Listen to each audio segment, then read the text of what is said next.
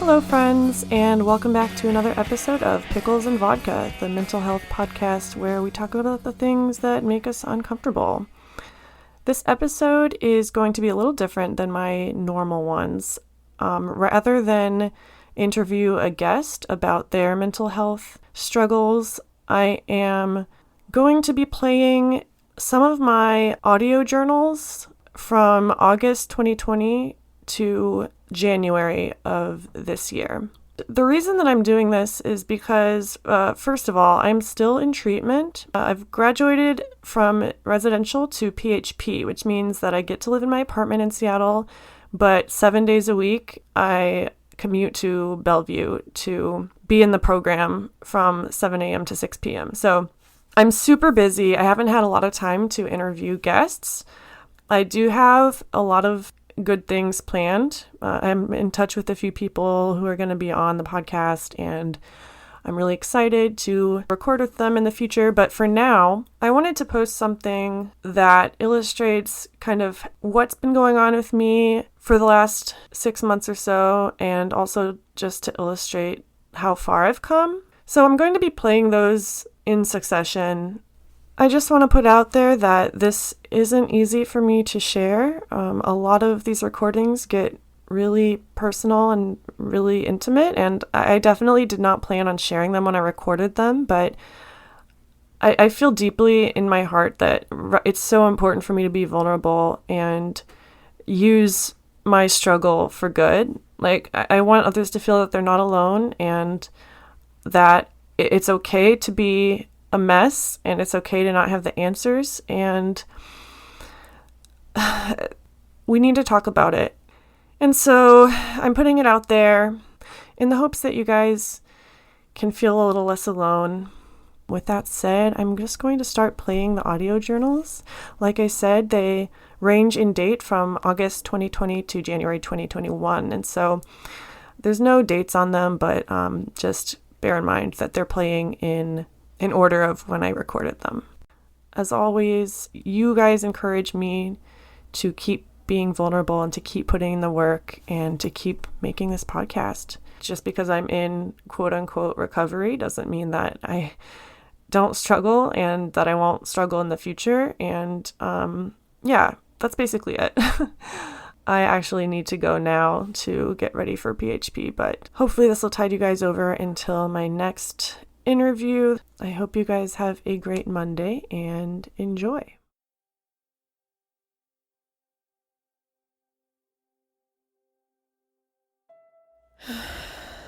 I'm recording this because today's been full of emotions and processing things, and I don't want to forget. I don't want to write about it because it seems like too much work. Basically, I've really been in my head a lot lately. I've been sliding backwards slowly and then suddenly in terms of my mental health, and I kind of broke today, and I just feel utterly exhausted in my body and in my soul. Like, I just, at this point, I don't have any more excuses not to get better. Like, I have so many good things in my life, so many good people, and I'm still choosing illness. And I say that with care because I know it's not a choice. I know that it's a mental illness. It's not my fault, but it is my responsibility. I posted this recently on my typography account. Mental illness is not your fault, but it is your responsibility. And I have not been very responsible with it lately.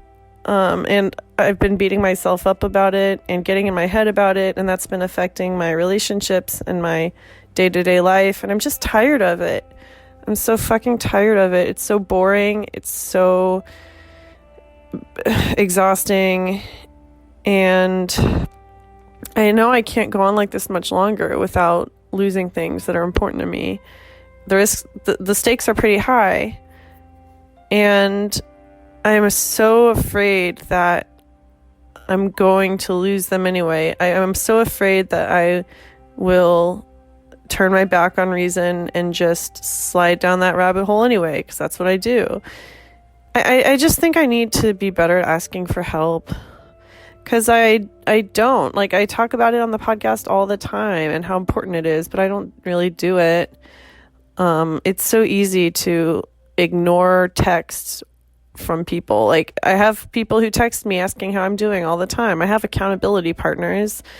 I just don't always utilize them. Like, I purposefully ignore the text when I don't want to be accountable. And I'll only go back afterwards and tell them what happened and receive all the love and support and promise to do better, and then make the same mistake again. Like, I'm so fucking tired of it. Like, I'm better than this. I deserve more than this. And so I guess this voice recording is just me reminding myself that I'm done. Like, I'm so done with this, and I deserve to ask for help, and I'm committing to it. Like, I really, really, really want to get better, and I'm willing to put in the work, and I'm way better than I even was 6 months ago, but that doesn't matter. Like, I'm still sick, and I think I'm too hard on myself, sure, but also I need to hold myself responsible. So that's all I wanted to say.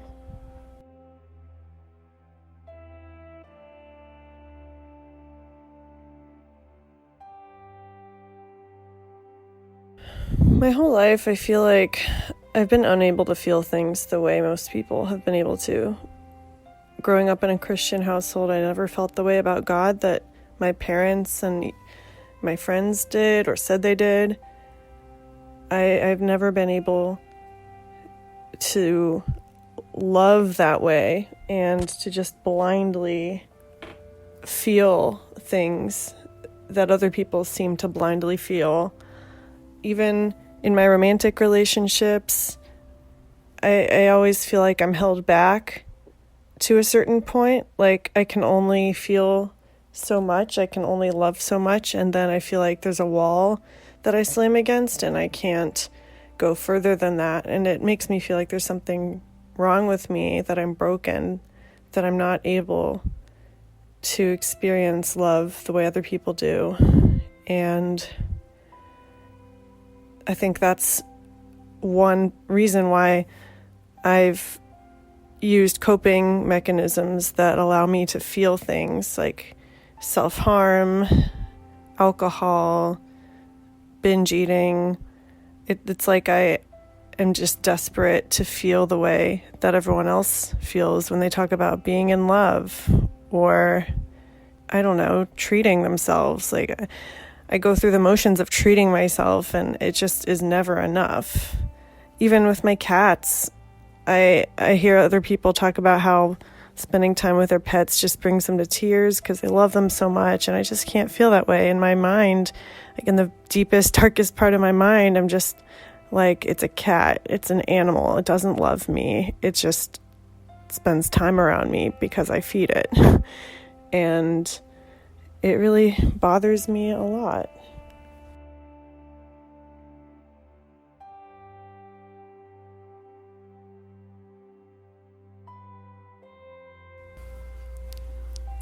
I realized that as long as I can remember, I've had secrets, and those secrets have set me apart from others, maybe just in my head, but I've always felt different because I've had secrets, whether it was bad thoughts or things that I saw that I didn't talk about, or things that were going on inside me that I didn't talk about.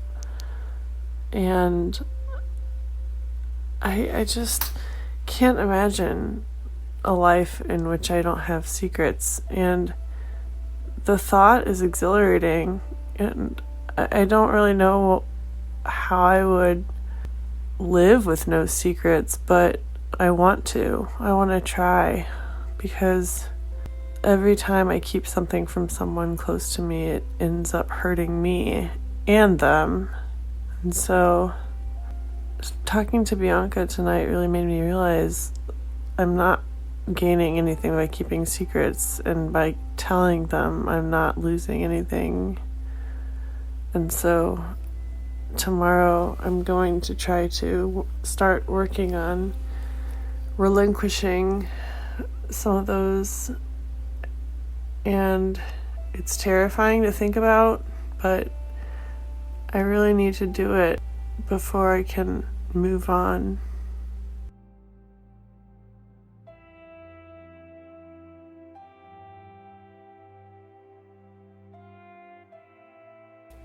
So I think one of the reasons that I'm having such a hard time moving forward with my life, despite being given all these great opportunities, is that I'm afraid.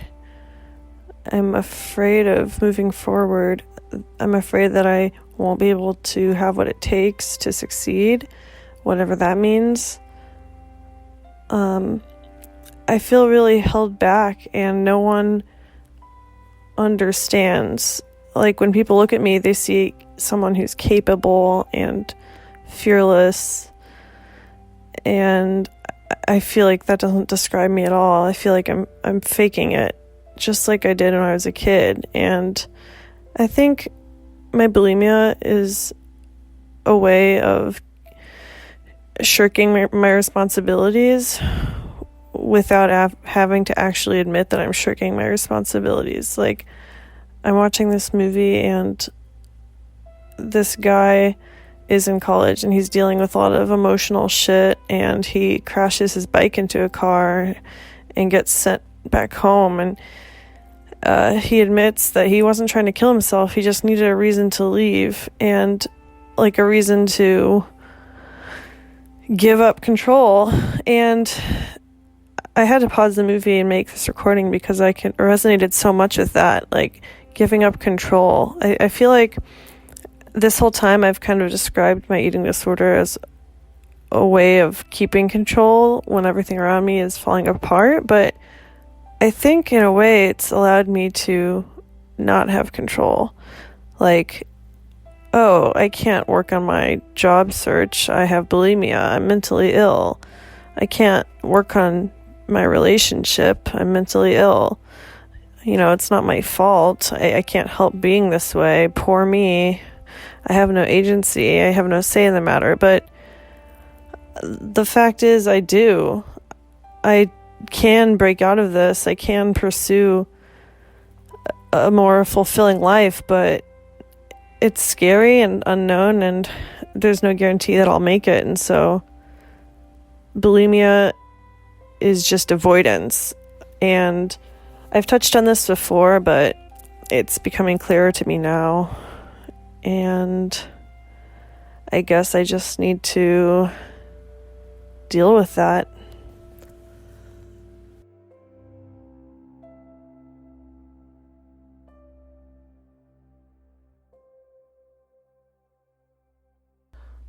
I ended up going to the store and buying binge food, and I'm not proud of it, but it happened, and it's fucking 2:21 a.m. and I have to get up in 4 hours for work. I'm thinking of calling out because I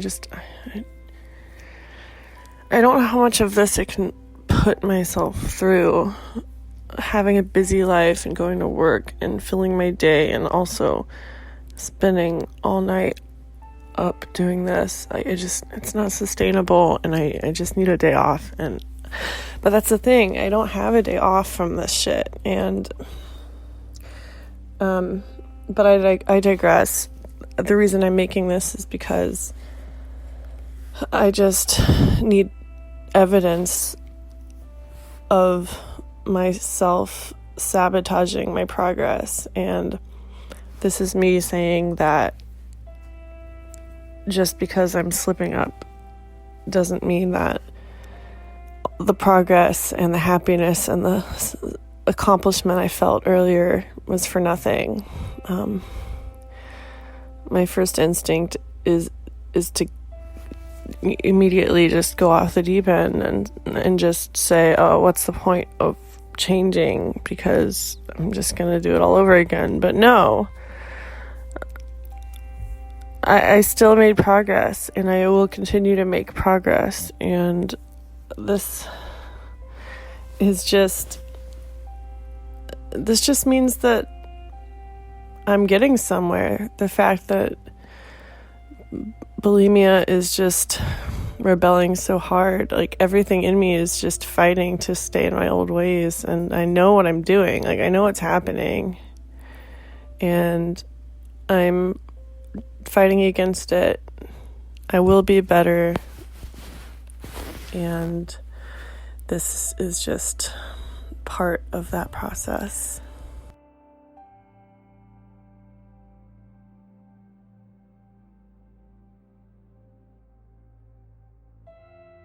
I just had therapy, and I wanted to kind of talk about the stuff that we went over before I forget. I felt really anxious today, and that kind of made itself known through like a frog in my throat, a prickling in my nose, like I'm about to cry, but I can't. And I don't know, I just felt really at ease. And we mostly talked about my upbringing in a fundamentalist Christian household, and how when I was really, really young, I would get stomach pains from the guilt of just having bad thoughts. I remember, like, I would go to bed and just be besieged with bad thoughts, and I wouldn't be able to go to bed until I confessed to my mom. And she would, like, pray for me, but she didn't really offer any solutions. I just kind of transferred it to her, and then I went to bed. And it's interesting that it manifested itself as stomach pain, because now I comfort myself by binging and, filling my stomach with food.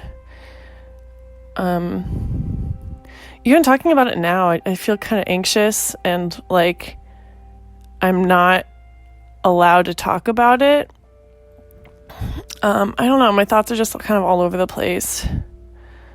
And she recommended that I practice grounding exercises, like reminding myself that I'm no longer in danger. I'm no longer in that crazy environment. I'm safe in my apartment. I'm 28 years old. That stuff is way in the past, but it's still affecting me. And I think I feel really bitter and angry that it's still affecting me, namely the belief that I'm a bad person. And I don't know, I think I'm just so ready to move on with my life and break free from all this. And I think acknowledging that it's still affecting me is the first step. I think I was telling my therapist I need to stop running away from myself. Like, why do I feel the urge to fill up all my free time? Why am I so afraid of my own company, especially at night? I don't know. It's just a lot to think about, and it's kind of overwhelming. So for the rest of today, I'm going to try to be gentle with myself, but we'll see how it turns out.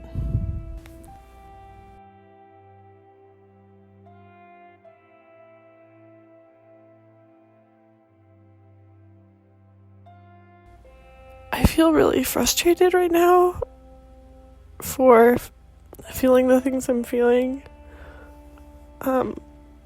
Just for being so emotional. I feel like I can't even get through a fucking therapy session or voice recording without crying, and I feel like there's no reason. Like, I don't know. I feel like I didn't accomplish anything in therapy today, even though she said I did a good job. I just feel like the whole time I was just trying not to cry. We didn't even really make any, like, I don't think we made any big progress. Like, we talked about how I never got to really have a childhood, and like what I would say to my 8-year-old self if I met her now. And I don't know. I think I'm just really hard on myself, and it's really hard for me to sit with my feelings. I mean, that was the biggest takeaway, is that I just need to work on sitting with my feelings. It's so fucking hard. Like, I'm so uncomfortable right now. I don't want this to happen. I want it to stop. And I really want to just go out and buy food and spend the rest of the day binging and purging so I can ignore these feelings. I ignore texts from people. I don't know how to handle this. And it's just really rough, and I'm tired of being pulled in a million different directions and being paralyzed and not knowing what to do. Like, I think this week I've been telling myself more and more, like, I do have power to change the course of my life. I don't have to let things happen to me. I can change them. So maybe that's what this is. Maybe that is me just finally accepting that I do have control over my life, and that's a scary thing, because, you know, in my own hands, nothing is guaranteed, whereas in the hands of, like, my bulimia, for instance, sure, I'm gonna feel shitty, but I know that I will feel that relief, even momentarily, and that's guaranteed. So I don't know, my therapist is sending me some breathing exercises or whatnot, and I'm gonna try to get back into yoga. I just need to sit with my feelings, and that's really hard.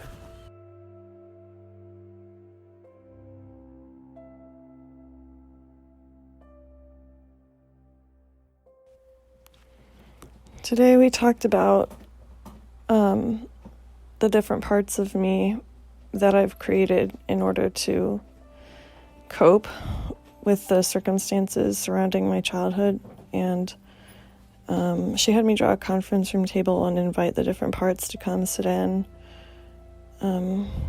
First to come in was depression.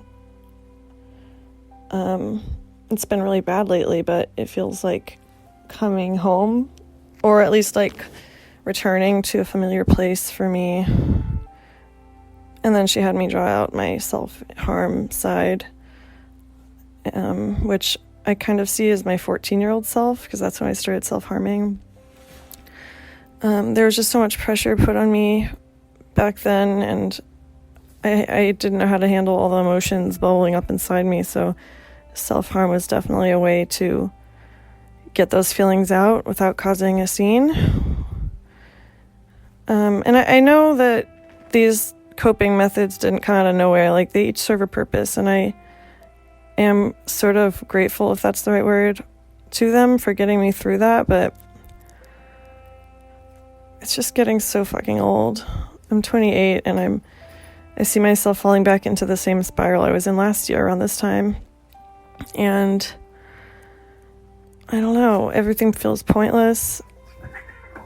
The cats are fighting. Everything feels pointless, and I just feel like a husk. I feel numb, and I don't know what to do about it. And the thought of even texting a friend for help is paralyzing, immobilizing. It's really fucking hard.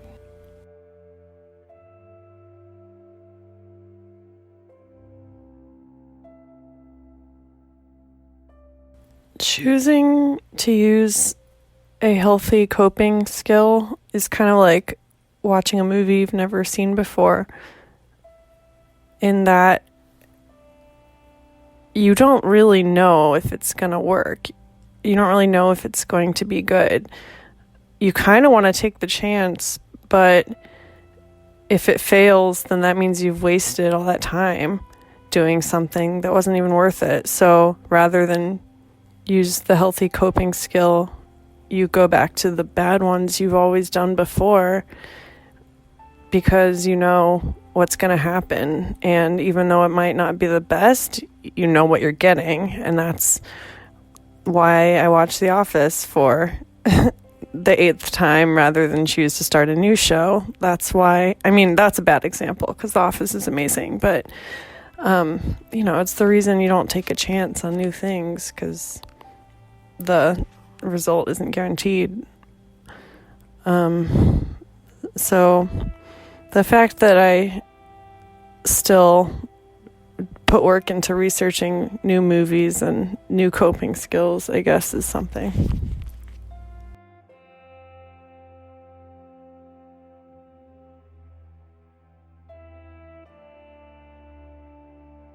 So over the weekend, I ate normally and I didn't purge, and my body dysmorphia has been really bad, and like keeping food inside, like my body's not used to it, and so I've been having a lot of stomach pains. But as uncomfortable as that is, I feel good about it. Like today, I binged and purged cookies the second I got home, and it wasn't enjoyable.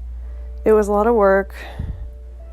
And so I ended up throwing away the leftovers, but like I'm experiencing this sense of peace for the first time in a long time. Like I really feel like I can get out of this. I feel like I can change. And like I've caught glimpses of the life I could have if I weren't caught up in this eating disorder, and I want that so bad. Like I want it. I want to be okay with gaining weight, but it's scary.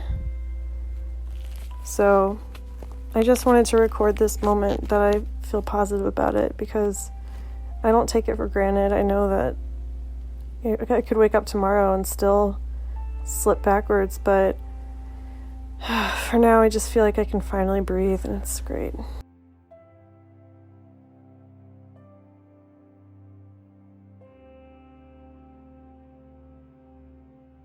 I'm really fucking mad right now because I realized that even though I was 20 pounds lighter a year ago, my bulimia didn't get any better between then and now. If anything, it got worse. And I still gained 20 pounds.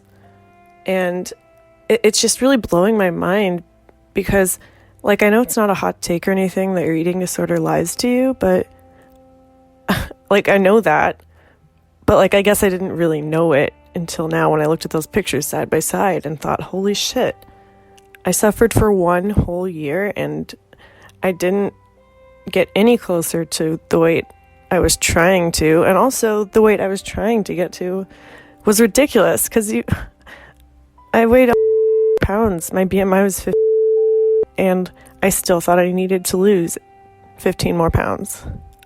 That's so beyond fucked up. And I don't love my current body. Far from it, actually. I canceled plans tonight because I'm so bloated from keeping food in my body that I can't go out. But I don't know. I don't want to go back to where I was before. And I definitely don't want to go a whole other year being lied to by myself, by my eating disorder. Because it doesn't accomplish anything. It just makes me miserable and broke. And I know where that path leads. And, you know, maybe I'll relapse tomorrow. Maybe I'll relapse in the next hour. But I feel that much closer to achieving clarity of mind. And it feels like progress.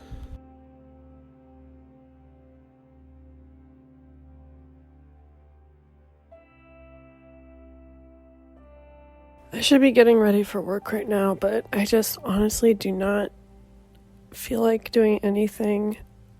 I had a really, really hard night, I guess. I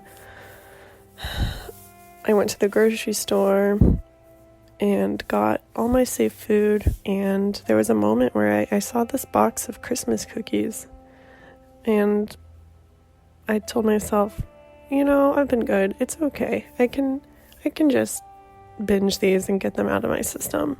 But you know, that's how it always gets you.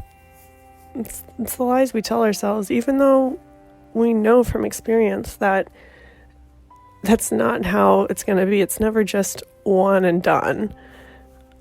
And so, you know, of course, I get home and I wolf down the cookies in like 10 minutes right away, and then I just ordered delivery, like the last few weeks of quote unquote recovery had never happened.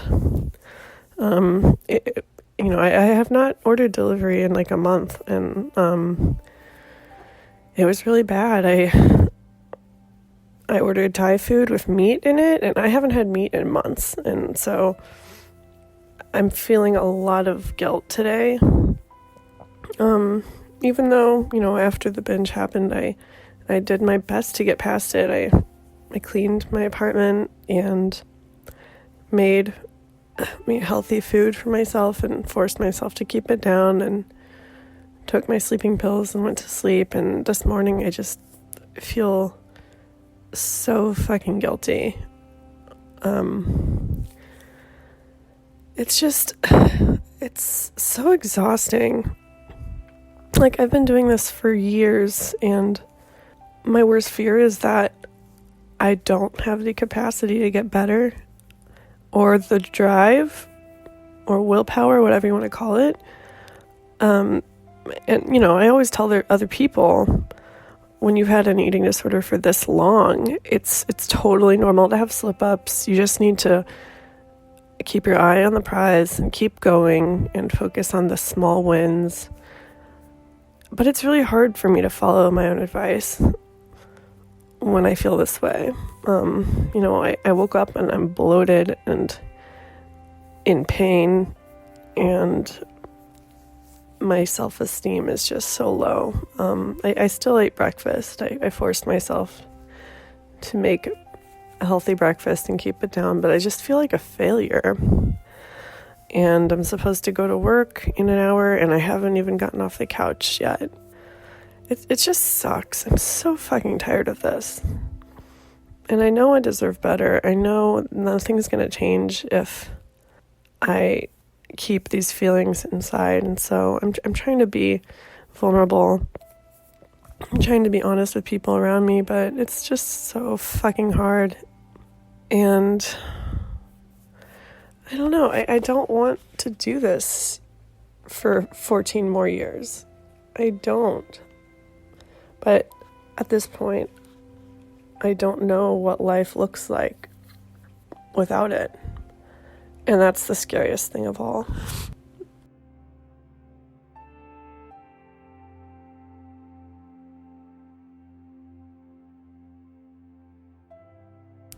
I'm so tired of this.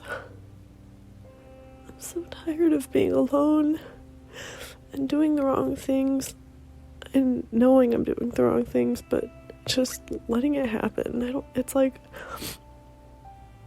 I talk a lot about being vulnerable and like not giving up, and I try to help others, but like I feel like there's no one to help me when I need it. There's no one here for me. I'm so lonely. And I'm just so pathetic. I'm 28 and I'm still dealing with this shit, and I'm just alone in my apartment, and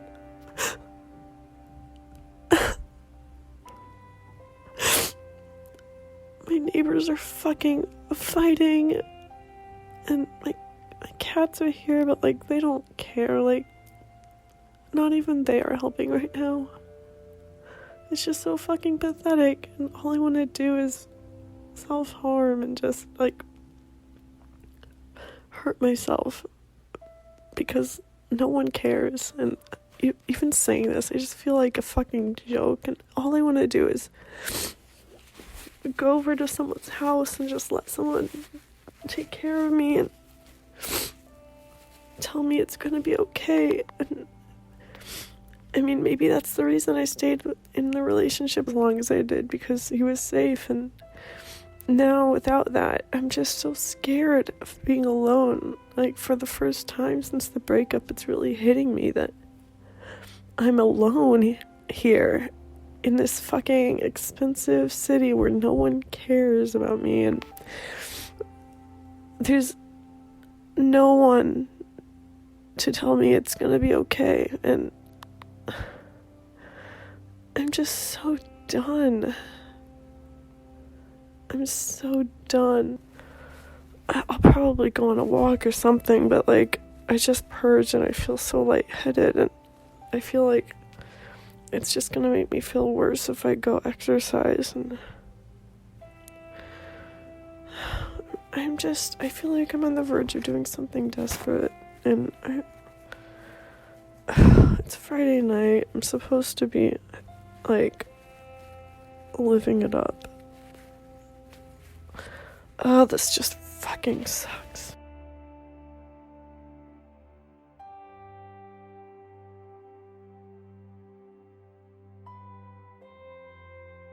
The thing that is so hard to reconcile with when it comes to bulimia is that I feel like I don't have an excuse for being this way. Like, with drugs, at least, it fundamentally changes who you are. Like, it messes with your brain, and, you know, you're not the same person after using drugs, and in a way that's easier.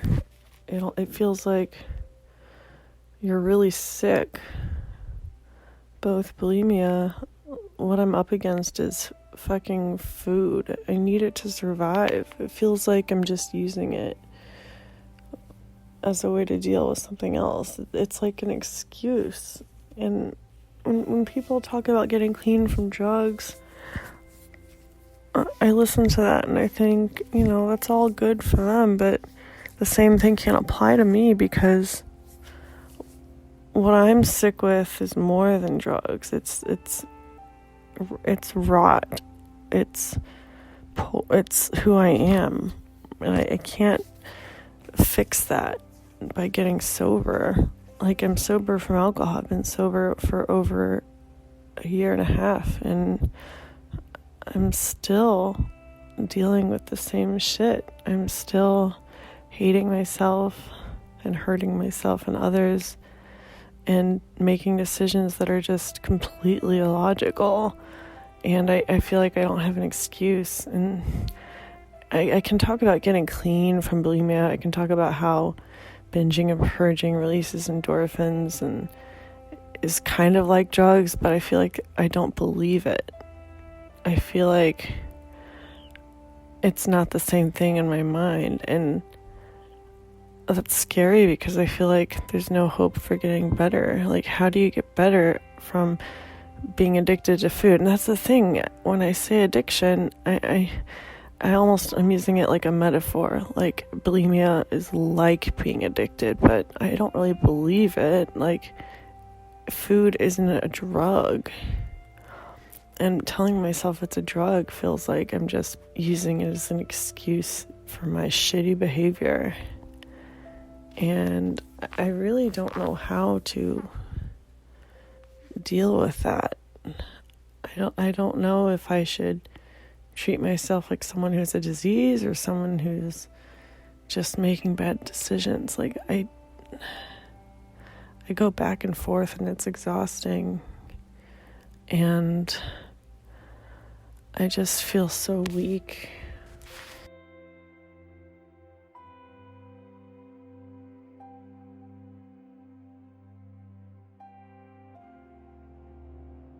The thing that scares me about where I'm at now is that I don't take my existence for granted.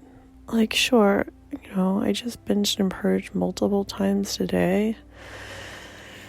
And in the past, I just kind of took for granted that I would wake up the next morning and just keep on living and maybe do the same shit again the next day. And, you know, I would be miserable, but that's life, right? But now I know that I could die in my sleep. I know I could have a heart attack. I could have low potassium, and I don't really know, like, how exactly it would happen, but I know I could die at any moment, and it doesn't bother me anymore.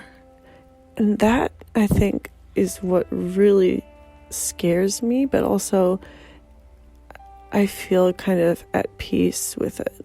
And I don't know whether that's some sort of enlightenment or whether it's giving up, and maybe giving up is a good thing. I don't know. That's the scary thing, is not knowing.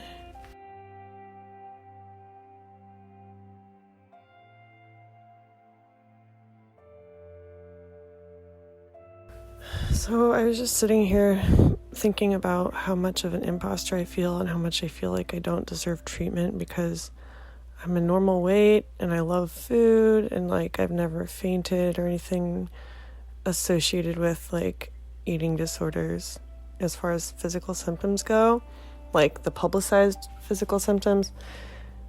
And so I'm just sitting here like feeling fake as fuck and questioning whether I should go into treatment. But then I started making a post about how I haven't kept down any food in like 2 days, just like casually. And then I was like, wait, that's not normal.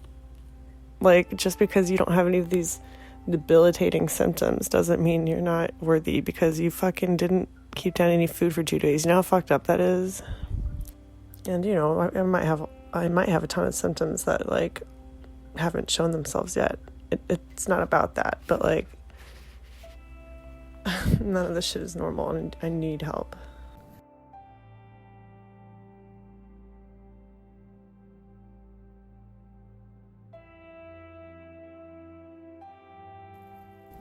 For the first time in a very long time, probably since I was like 10, I'm finally letting myself dream again. I'm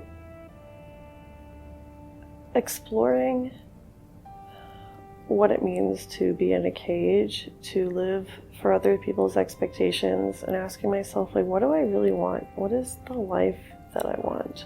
What am I brave enough to reach for? Like, what do I really deserve? And I think the answer is like everything. I deserve the world. I deserve to live the life I want because you only get one. And I know I'm only 28, but that already, I feel like I've had so many years just stripped away from my life, whether to my eating disorders values or my addictions values or like learned values that I took on as a kid and that I'm now re-examining. And one of the things that we're constantly talking about here in treatment is what are our genuine values? And if we don't know, like, how can we allow ourselves to explore and redefine our values? And it's been emotional and overwhelming, but also I feel this incredible sense of peace and lightness, just giving voice to the things that I want, that I haven't allowed myself to ask for, and realizing that the only person who's standing in my way is me.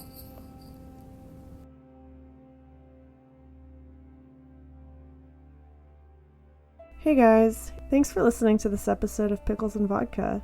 If you could relate to anything we talked about, you can follow the podcast at Pickles and Vodka Podcast on Instagram, on Facebook by typing in Pickles and Vodka Podcast. You can also email me at picklesandvodkapodcast@gmail.com if you have any stories or if you just want to say hi.